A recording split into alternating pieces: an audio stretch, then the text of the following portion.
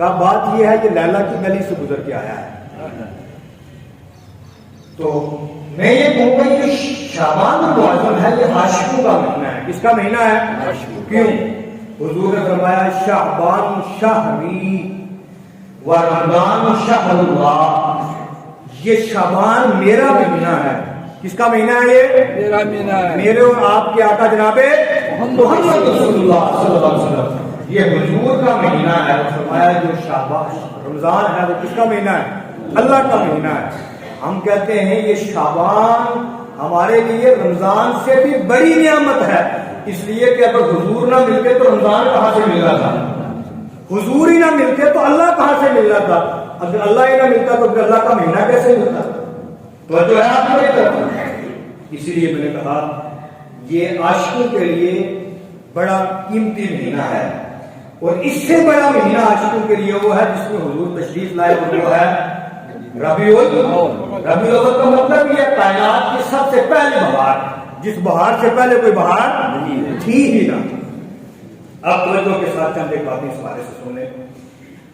شیخنا سیدنا غوثنا الشیخ سید عبد القادر جیلانی 11ویں والے پیر رحمۃ اللہ تعالی علیہ فرماتے ہیں شعبان کا جو شین ہے اس کا مطلب ہے شرف والا.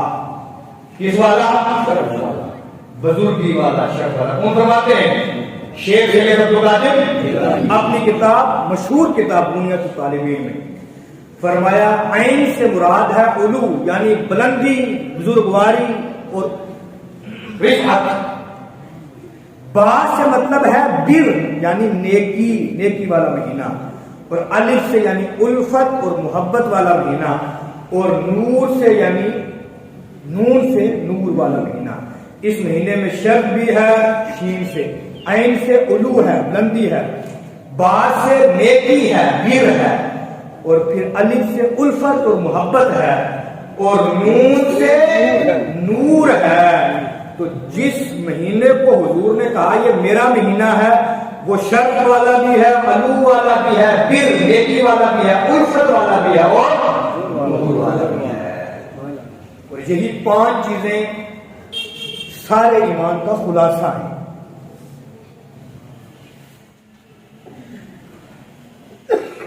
اور حضور کے مشہور صحابی سیدنا انس بن مالک رضی اللہ تعالیٰ عنہ فرماتے ہیں کان رسول اللہ صلی اللہ علیہ وسلم اذا دخل رجب، جب رجب کا مہینہ داخل ہوتا حضور کیا کرتے؟ کہتے اللہم بارک لنا فی رجب و شعبان. اے اللہ ہمارے لیے اس رجب اور شعبان میں برکتیں دے. برکتیں کیا دے؟ یا اللہ اس مہینے کو ہمارے لیے لمبا فرما دے، ان کی راتوں میں برکتیں دے دے، اس کے دن میں برکتیں دے دے. یا اللہ جب اس میں برکتیں دے دے پھر کیا کرو؟ بلغنا رمضان، اور پھر ہمارے بیچ میں کیا پہنچا؟ رمضان. تاکہ حضور کے مہینے کے اندر ہم عبادتیں کر کے شیطان کو اپنے آپ سے دور کر لیں. جب شیطان دور ہو جائے پھر رمضان کا جب مہینہ آئے گا جو اندر کا شیطان ہے وہ مر چکا ہوگا، اور جو باقی دوسرا والا شیطان ہے اللہ پاک اس کو زنجیروں میں جکڑ دے گا. میری بات سمجھ رہے ہیں؟ اسی لیے آپ نے دیکھا ہوگا بہت سارے لوگ ہیں رمضان کے اندر روزے چھوڑتے ہیں، رمضان کے اندر بھی باروں کے اندر موجود ہوتے ہیں، رمضان کے اندر بھی وہ فلمیں گانے دیکھتے ہیں. شیطان کو قید ہو گیا کہ یہ کام کہاں سے آئے؟ کام ایسے شروع ہوئے کہ باہر والا جو شیطان تھا اس کو تو اللہ پاک نے زنجیروں کے اندر کیا کر دیا؟ جکڑ دیا، باندھ دیا. لیکن یہ جو اندر کا شیطان تھا اس کو ان کم از کم پورے سال میں اگر نہیں مار سکے ان 3 مہینوں میں ان کو مار کے رکھنا تھا تاکہ اندر کا مر جاتا، باہر والے کو اللہ پاک باندھ دیتا. لیکن ہوتا کیا ہے کہ ہم اس پورے عرصے میں کوئی اہتمام نہیں کر سکتے، تو پھر جو رمضان کا مہینہ آتا ہے تو اس کا بھی کما حقوق ادب و احترام شامل حاضر رہتا ہے. شعبان المعظم کا جو مہینہ ہے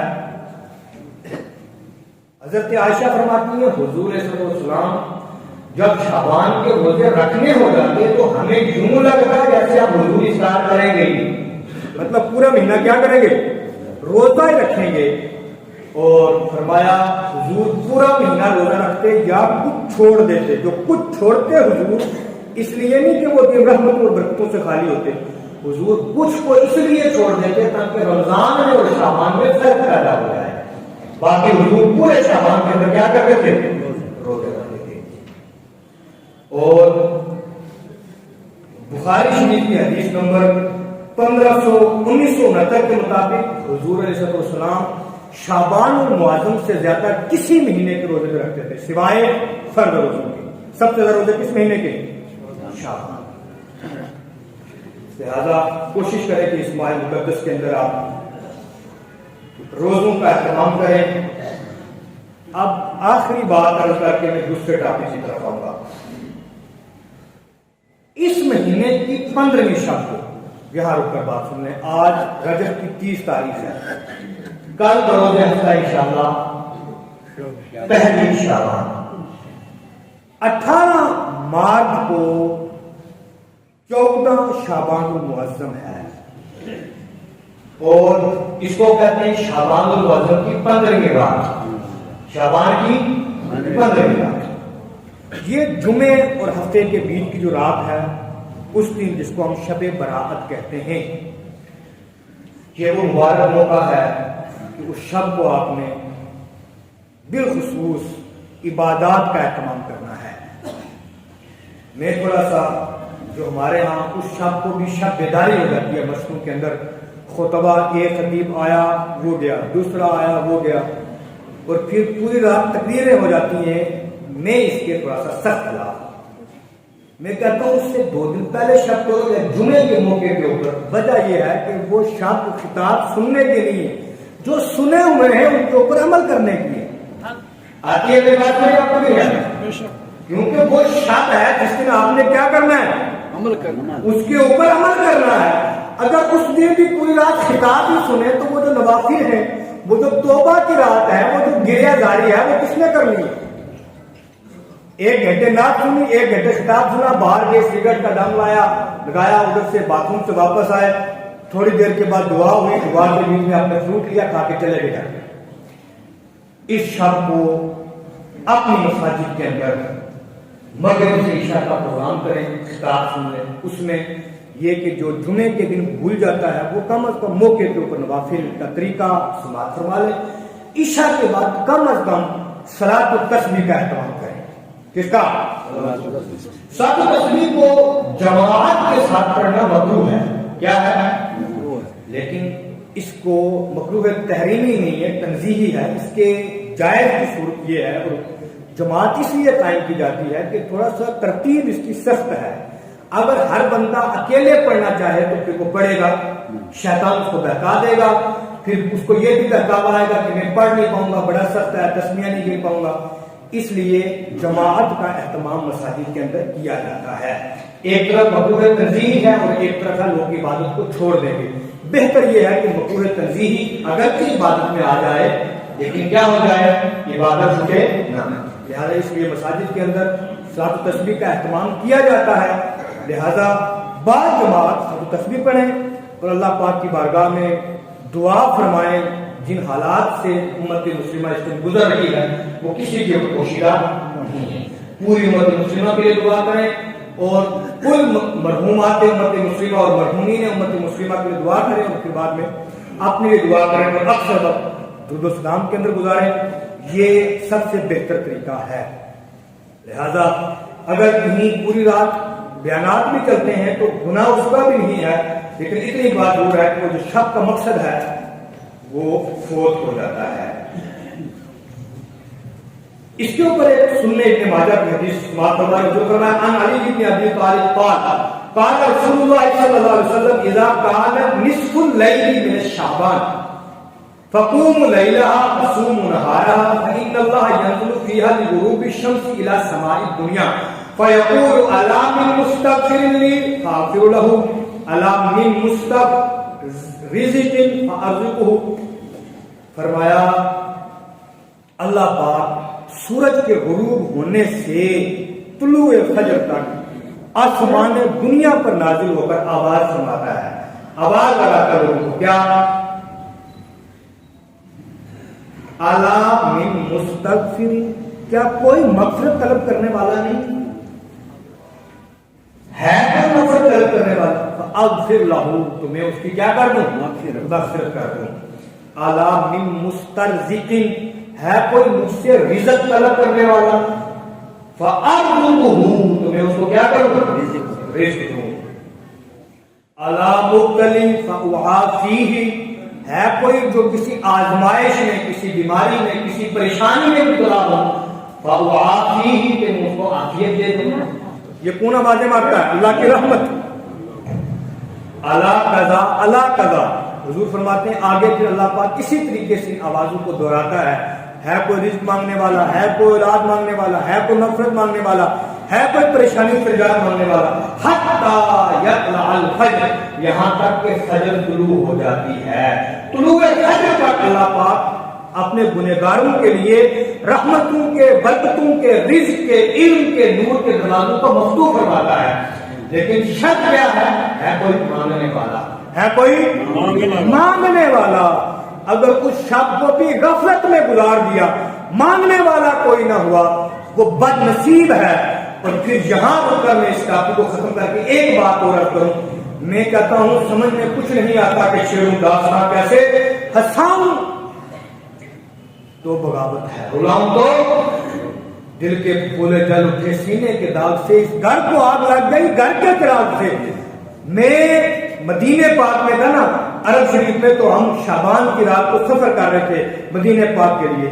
عاشق تو عاشق ہوتا ہے جہاں پہ ہو، ہم سفر کر رہے تھے تو راستے میں نا ریاض سے لے کر مدینے پاک کے راستے میں ظالم ہمیں پرچے بانٹتے تھے ہر مسجد کے اندر۔ ان پرچوں میں لکھا ہوا کیا تھا؟